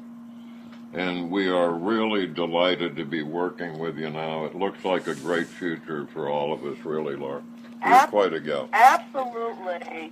Absolutely. You're cooler than school. Too cool for school. Yes. Too cool for school. That's right. Too cool for school. That's right. But anyways, it's good being... Laura. What was that? Eager to work with you. You are cooler than the other side of the pillow on Sunday morning. You are welcome. You are welcome to call in. You're welcome to call in every show, girl. Yeah, I wish you'd do that. Please do. We always like hearing from you, Laura. It's great to hear your voice. Well, thank you. I appreciate that. And I will let you get back to your interview with Rod. Don't steal my thunder anymore. Do not steal my thunder. I'll try not to. I'll try not to. You will be in a lot of trouble. Thanks, Laura. Thanks for calling in. We're just going to... You're very welcome. Thank you so much. We're just going to take a real short break, and we'll be back. All right.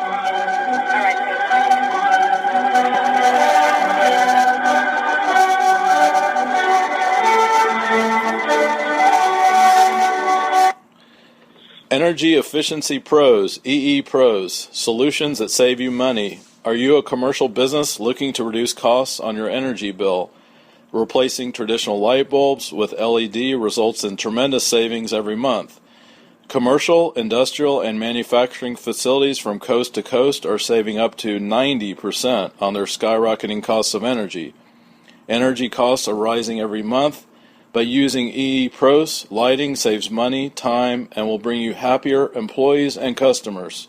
For a free audit and evaluation of your facility, contact or email Don Arrigo, President of EE Pros, at 480-585-9161, 480-585-9161. Don is a personal friend of ours, and he's doing great things with his company. Please tell Don that Backpack of Voices of Global Freedom Radio referred you. It's wonderful to work with Don. And we're back with Voices of Global Freedom with the Rod Eccles. So, Rod, we've covered a lot of different material here. What are some of the articles that you're working on? This week's article is going to be focused on Memorial Day. And but throughout the summer, I'll be focusing a lot of attention on Clinton, unless by some miracle she drops out and ceases to be an issue. But I'm always going to be focused on what our government is doing to us instead of for us, and trying to do to us instead of trying to do for us, and making sure that people understand the Constitution. And that it's there for them. And another article that I'll be working on. I'm also working on a couple of books, but one of the articles I'll be working on coming out over the next few weeks is about this whole notion that there's this thing about hate speech in the United States. Now, I got to be honest. I'm always honest, but I got to be really honest about this one. I never thought that we would get to the point in this country where people would begin to, on both sides of the political aisle, by the way, would begin to actually seriously consider changing our First Amendment so that they make hate speech illegal. When I saw the numbers on this, they did a poll recently. 51% of Democrats think that there should be some sort of hate speech law, and 39% of Republicans polled believe that there should be some sort of hate speech law. How did we get to this point? Even on the Democratic side, that number should not be greater than 10%, and that's the fringe. How can anybody decide that what is hate speech and what isn't? This whole notion that we're going to start deciding, well, you can't say this, but you can say this. Look, that puts each and every one of us in great danger.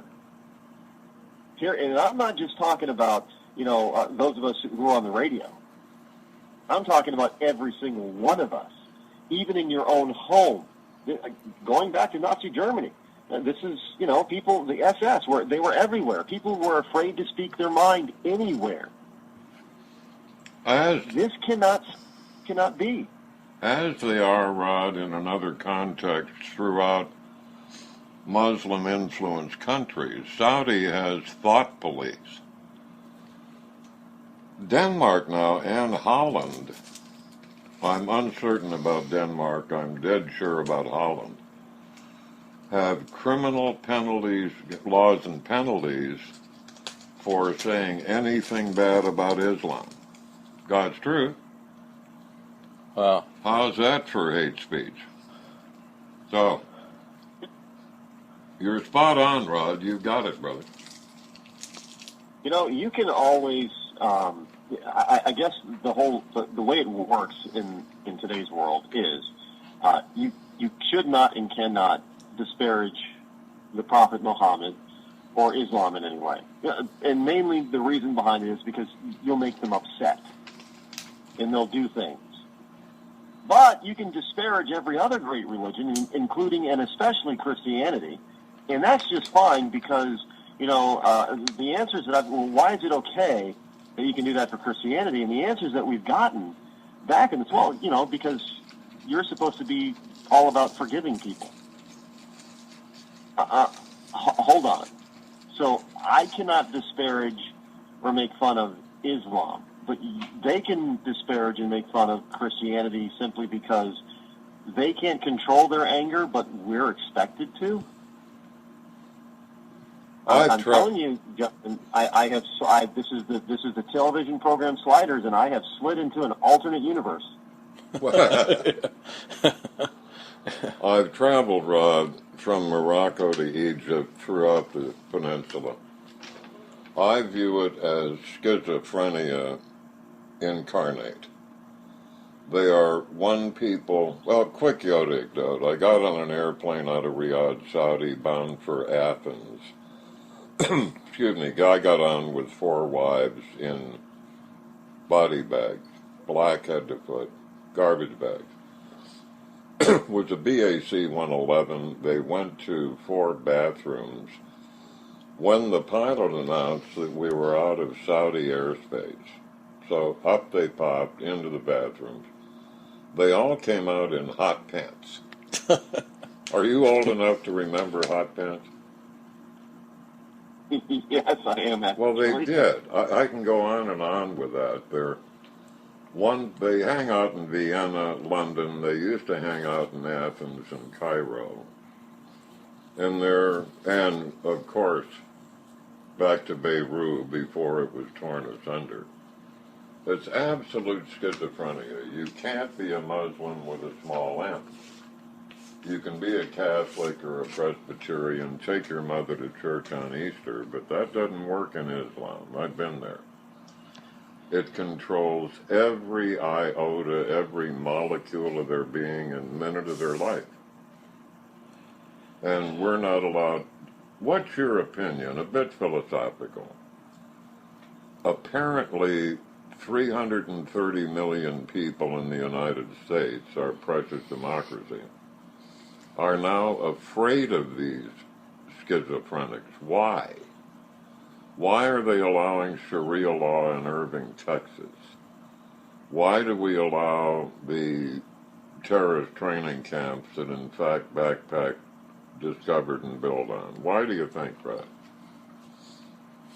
Because we have been conditioned and taught to believe, and this sort of thing partly came asunder on September 11, 2001. But Americans have always been conditioned to, accept other people for who they are and where they're from, because they're not the same as Americans. People are different around the world. So you have to be accepting of everybody. You have to do what you're told. Get on an airplane, do exactly what the hijacker tells you and you live. Well, again, that sort of changed on 2001. But we're conditioned to don't question authority. Always obey the police officer. Even when the police officer is absolutely wrong and doing something illegal, still obey the police officer. The president and your leadership, your governors, your legislature, they're the ones that you quote unquote elected. So do exactly what they tell you because they know what's best. So we've been conditioned over and over again, especially when you start going into these public indoctrination centers that we call public schools. We get this. The kids are bombarded with this on a daily basis. You can't discipline a child now. California is looking at ways of not suspending the kids who are disrupting because you got to let let them be them, be free spirits. You can't control them too much. But just train them and teach them in order to obey later on. So when we get to this point, then they start telling us, well, you know what? If we don't bother them, they won't bother us. And so now, because conditioned to do all of this other stuff and believe all this other stuff from our government, now our government is basically saying, well, if we don't bother them, they won't bother us. So, maybe if we pull out of Iraq, they'll like us more. If we elect Obama, they'll like us more. If we don't, give support to Israel, they'll like us more. We won't be attacked if we're just nice to them. If we don't disparage their prophet, if we don't disparage their God, their religion, they'll be nice to us. They only act out when we have these cartoon contests that disparage the prophet. That's when they act out. That's when they do all this terrorist stuff. So if we never do any of that, they won't bother us. That's the reason for all of this. That's an insult to logic, and it's cowardice, really.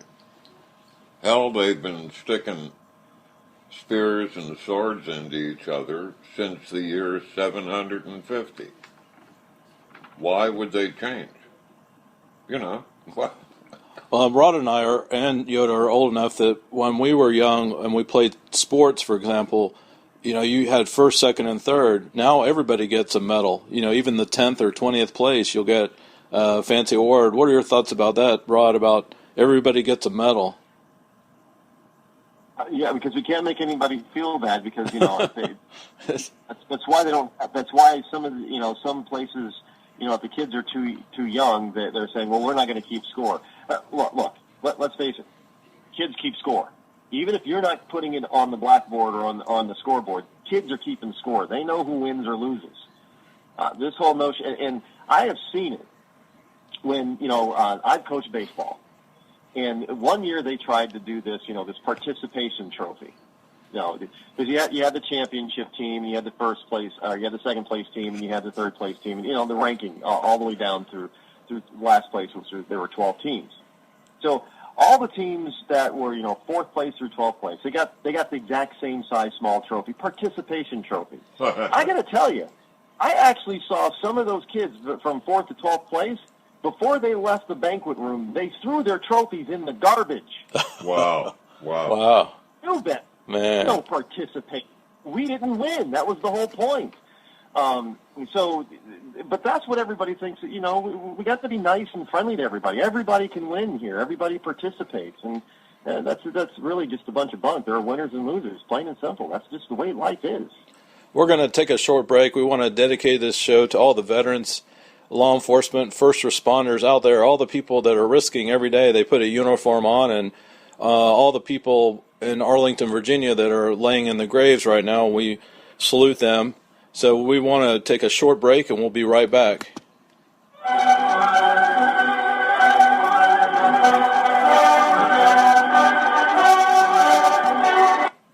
This is Backpack. We want to tell you about a brave American hero, the Magnified View Voices of Global Freedom Patriotic Hero Award.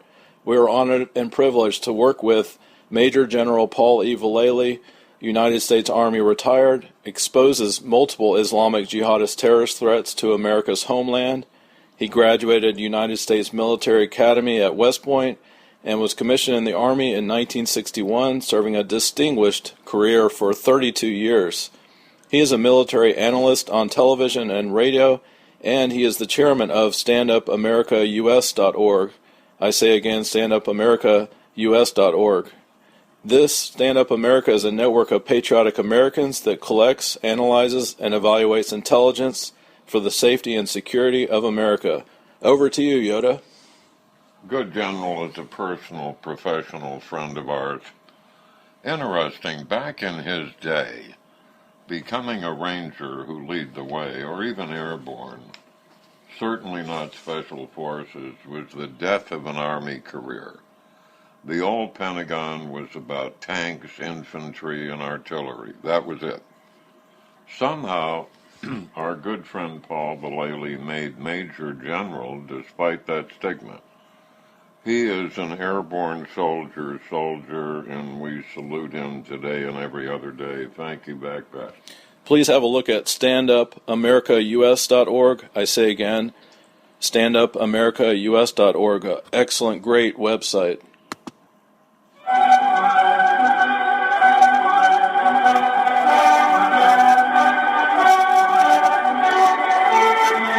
We are back with Rod of the Rod Eccles Show. MagnifiedView.com and Voice of Global Freedom are predicting imminent attacks of ISIS on our homeland, and most likely it's going to be in gun-free zones and soft targets. We are predicting multiple attacks, and what have you picked up on that, Rod? Yeah, every place that we look, they've had dry runs, and even some of the places like Sandy Hook where it was not Al Qaeda or terrorists at all, but those are dry runs for the terrorists because we can see on campuses just about everywhere. Different types. It could be a public school campus, it could be a college campus, it could be certain business campuses they're not gun friendly at all. This is a gun-free zone, kind of like a drug-free zone. Well, you know what? The only place that people seem to want to attack are where they know people do not have guns to fight back. So, I tell people, look, if we start getting intelligence that there's going to be an attack on the people of the United States here in the United States, I tell people, stop going to places that are gun-free zones in populated areas because that's it. And I get liberals that look at me like I have two heads. Why would they do that? Why would they do? Because they don't like you. There is I don't watch a lot of TV, but some of the shows that I do happen to follow and watch, they're all highly acclaimed, and they've had big audiences, and critics seem to love them. One of those was Criminal Minds, and they were interviewing, they're FBI agents, and they were interviewing this terrorist down in Guantanamo Bay. And he said something, the guy playing the terrorist said something to Mandy Patinkin's character. He said, because Mandy was asking him, well, what have we done to you? What have we done to you? He said, you are alive. Your very existence is a threat to me. Your very existence makes me sick.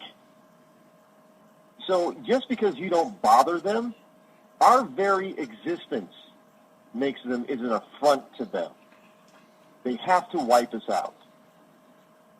And they Plain do. and simple. Yeah. So understand that you're going to be, hey, I don't know. I hope this convinces people, well, geez, I'm going to be starting to carry from now on wherever I can now. Because that's the only thing that's going to save you. The only thing saves a bad guy with a gun is a good guy with a gun. Mall of America in Minnesota has now prohibited off-duty officers from carrying weapons. That's an Obama thing. In San Diego, where we're based, the Pepco Stadium has now forbidden off-duty officers to enter the stadium. What an invitation. They ought to put an invitation up, right? Or a sign. Terrorists welcome here. I've been a gunslinger for decades. I just can't get that logic, Rod. Can't get there. Incidentally, you have lit up our board with a tremendous show, brother. There's going to be, we don't bang our heads on the computer like Laura, but we've got smoke coming out of the computer here with all the emails we've gotten. A lot of them, Backpack, want to know personally about Rod. Can you spend a minute and tell us your upbringing and downbringing and like that? I see 5 emails now that want to know about him personally, Backpack. Yes. Sure. Basically, I am the eldest child and only son of a 21-year military vet, United States Air Force. I was actually born in a place called Westover Air Force Base. Well, not on the base, but in Chicopee Falls, Massachusetts. And if anybody doesn't know where that is, that's right next to Springfield, Massachusetts, home of the Basketball Hall of Fame. And I have lived in places like New Hampshire. I've lived in New York, Michigan, Ohio. My father has been stationed to overseas Mediterranean. I have been to places like Spain and Greece. He was involved in the Vietnam War, stationed on the Vietnam side and on the Thailand side over in Thailand. He's been to Japan. I remember him shipping back some electronic stereo equipment that he still has to this day, an Akai system. Most people probably don't know what that is, but back in the day that he did that, back in the late 60s, early 70s, the Akai was the best reel-to-reel tape player that you could possibly get, and you could get it really cheap over there. So he bought it and sent it back. So my parents have a lot of stuff from our travels. I have been able to live with and see people of different cultures. And I've been educated on-base schools, off-base schools. I've even spent time living in the inner city, specifically Buffalo, New York, where I attended 1st, 4th, and 8th grade at public school number 31. So when some people say, you don't understand how we live, I say, yeah, I do. I've actually lived there. And I don't want to live there. I mean, I still have family in Buffalo, and I try to tell them to get out. But they want to stay, so they stay. But I ended up here in New Hampshire simply because I didn't want to live in a high-tax state of New York. I graduated high school in a place called North Syracuse, New York, which is a suburb of Syracuse, home of the Orangemen, of which I'm not a fan. And I have done a lot of self-educating ever since leaving school. And I'm a history buff. I like to know what we believe, but I also like to know why we believe what we believe. I like to know about our nation's history, about world history, about mankind's history, because it's important to understand what in the past has worked and what in the past hasn't. And if you look at certain things that are happening today, we have these people that are trying to repeat things that have always failed in the past. You know, one thing that people always say, well, you know, we're enlightened today. We're different. What I have come to learn is that we're no different today than we were 5,000 years ago. We're exactly the same. The only thing that has changed is our type of technology. That's it. People are still exactly the same. So if you want to say that we're different, you'd be blatantly wrong. We're not enlightened. You know, they thought they were enlightened in the Renaissance period. They thought they were enlightened in 1900. And so now we're the ones that are really enlightened? Well, 200 years from now, they're going to say that we're idiots because they're the enlightened ones. No, nobody's enlightened. We're probably relearning stuff that we forgot. We still don't know how they built the pyramids. I know we got all these science theories, but none of them seem to work, especially when you take that theory out of Egypt and say, okay, this is how they build all these pyramids with these big, huge, multi-ton boulders and stuff. Well, okay, maybe that works in Egypt. Explain Southeast Asia and explain South America? Oh, well, we can't. Yeah, exactly. So we don't know. We've probably forgotten more than we know today. But we think that we're so smart. And what I have learned over my short 50 years on this planet is that we don't know anything. And we sure as hell remember what we used to do.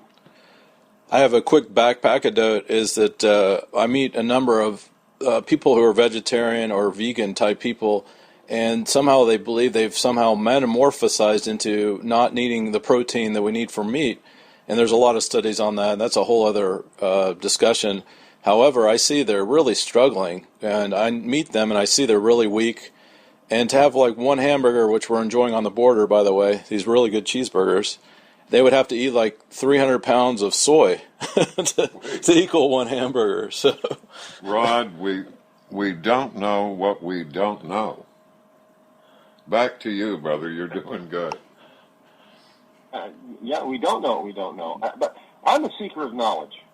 I have an interest in a vast number of things. Now, I cannot claim that I understand everything that I try to study because I don't, and I'm honest with myself about that. I don't understand everything that I read or hear, but I do strive to understand it. But that's where I get where I am today, is because I look at things in the past, I combine that with my own personal experience, plus from the stuff that I have learned over my life. And I put it all together, and basically, if I can just surmise who I am, is that I am very logical, and I seek the truth. And if something doesn't make sense, then it's probably not the truth. There's something else going on there. If it doesn't make logical sense, then it's not something that we should consider. And some people may think, well, that kind of makes you unemotional. No, you're confusing passion with human emotion. I have passion in everything that I do. Everything that I like to do, I have tremendous passion. If you listen to my program or listen to me speak, you understand I have passion about this country. I'm a man that is having a love affair with the United States of America. I love this country. Well, God bless America, and God bless all our military. We have a special edition here for Memorial Day weekend. We want to play a short national anthem girl who has been on our show. We're going to have her back on very soon. She spoke.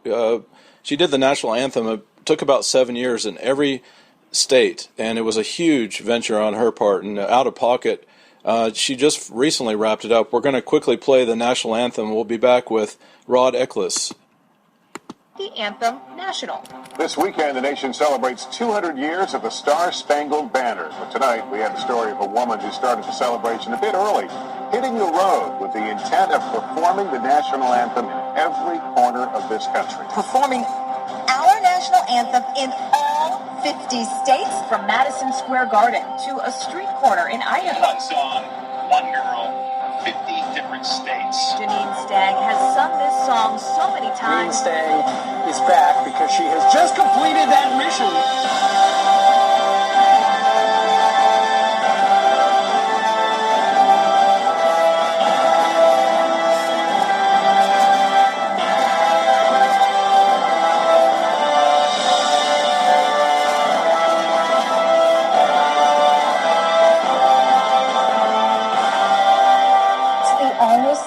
For 90 seconds. No matter who you voted for, no matter what team you want to win, we are one nation. We have one song, and this is our song. And the home of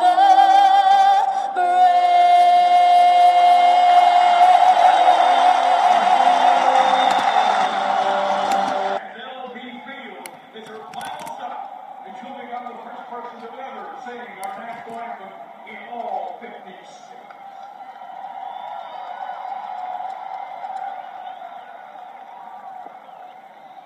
Oh, say, can you see by the dawn's early light what so proudly we hailed at the twilight's last gleaming, whose broad stripes and bright stars through the perilous fight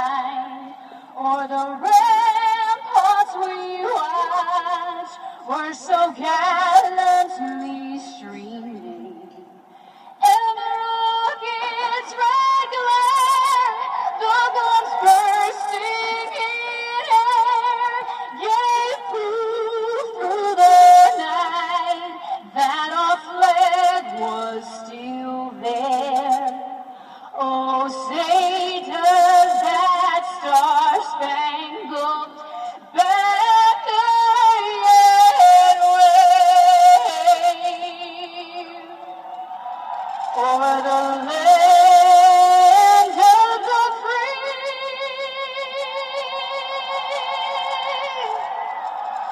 and the home of the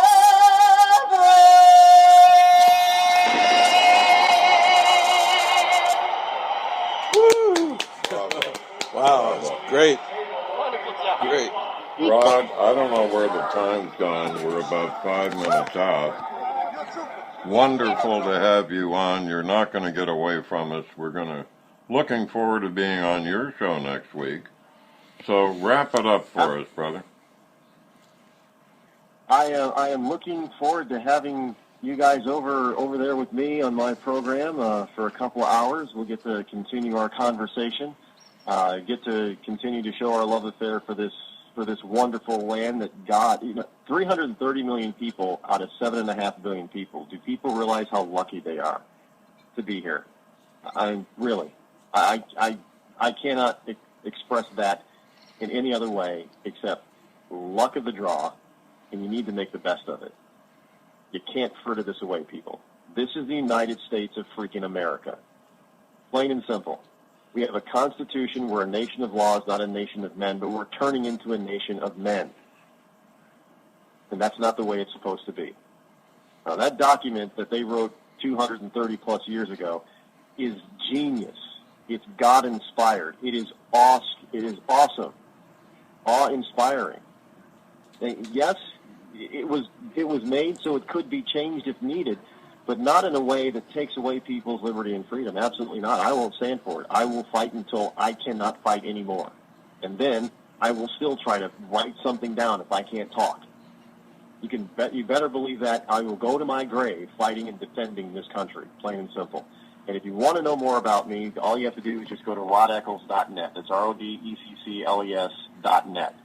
And or find me on Facebook. The Rod Eccles Show is a page. Go over there and like the page. Follow me on all of the other social media if you'd like. But I take this so seriously simply because I believe that what I'm doing, if I have a talent and if people like what I'm doing, it isn't me. I have a gift from God. I am a true Christian, and I believe it's a sin not to use your God-given gifts to your fullest potential. And that's all I'm trying to do here, folks. Well done, Rod. There are 200-odd countries in the world. My group did 110 of them. Collected money from each country. All right, my man. We're putting up one of your articles on Sister Magazine Magnified View. In fact, it's up now. Take a look when you get time. Great to work with you. Happy Memorial Day, brother. Keep doing what you do, and you and Laura, and the way you do it, brother. God bless you, Rod, and thank you so much for being on our show. Have a wonderful weekend. Thanks, you too, guys. Look forward to speaking with you. 60 seconds. Thank you, sir.